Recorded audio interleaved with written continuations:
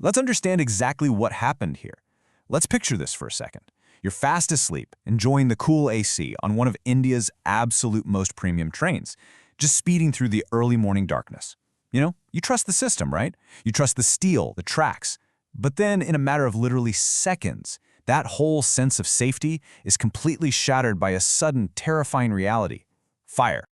68. That is the exact number of passengers who were completely unaware of the deadly danger brewing literally inches away. 68 lives, fast asleep in those comfy berths when the flames just abruptly erupted right inside their moving coach. Section 1. Panic on the Rajdhani, 5:30 a.m. in Madhya Pradesh. Okay, let's dive into this. The sun had barely even started to rise over Madhya Pradesh's Ratlam district when this happened, right as the train was moving between the Alet and Lutni Risha stations. And guys, this wasn't just your standard daily commuter train. No, this was the Hazrat Nizamuddin to Trivandrum Rajdhani Express. It had left the capital, making its long trek south down toward Kerala. And crucially, it was cruising on one of India's absolute busiest, most critical railway segments, the mainline track that directly connects Delhi and Mumbai. Now, the epicenter of this whole morning nightmare? Coach B1. This is an air-conditioned compartment positioned way up near the front of the massive train. And because it's an AC coach, you gotta remember, it is sealed incredibly tight.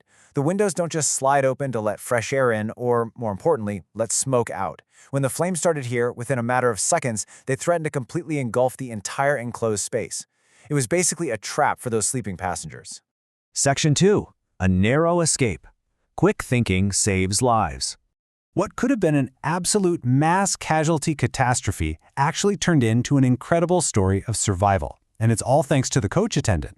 While almost everyone else in the compartment was out cold, he was awake, he was alert, and he was the very first person to spot the deadly fire starting to spread inside the carriage at exactly 5:30 a.m.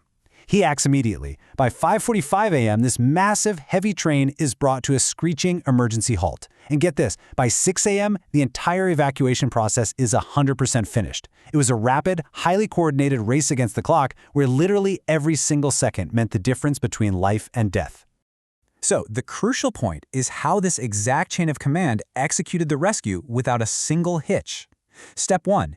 The observant coach attendant instantly alerts the TTE, the traveling ticket examiner, and, most importantly, the local pilot who's actually driving the train.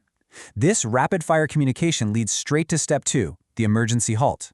Once they stopped, Step 3 kicks in.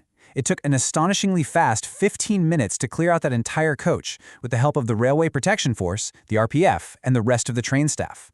They even managed to safely pull out most of the passengers' luggage before the fire could get to it. I mean, wow. And because of that flawless execution, we get this absolute best-case scenario outcome. No casualties or injuries. Thanks entirely to the sheer presence of mind, the strict awareness, and the immediate action of the train's staff, all 68 passengers escaped becoming victims of a major, devastating tragedy. The fire was completely put out and everyone was brought out safely. Section 3. The immediate aftermath. Clearing the busiest track. Now, you can imagine bringing a massive, burning train to a dead stop on one of the country's most vital economic corridors. That creates an immense logistical headache. The authorities had to move fast to clear the line and restore normalcy without causing a total network collapse. So, here's what they did. First up, all rail traffic on this highly congested Delhi-Mumbai route was halted entirely for about 2 hours. During that critical window, a relief and rescue team was urgently dispatched from the Kota Railway Division who oversee this particular area. Once they got on site, they successfully detached the charred coach B1 from the rest of the train, an absolutely essential move so the fire wouldn't spread. Then, those 68 displaced passengers, along with whatever luggage was salvaged, were transferred to another train so they could finally continue their journey.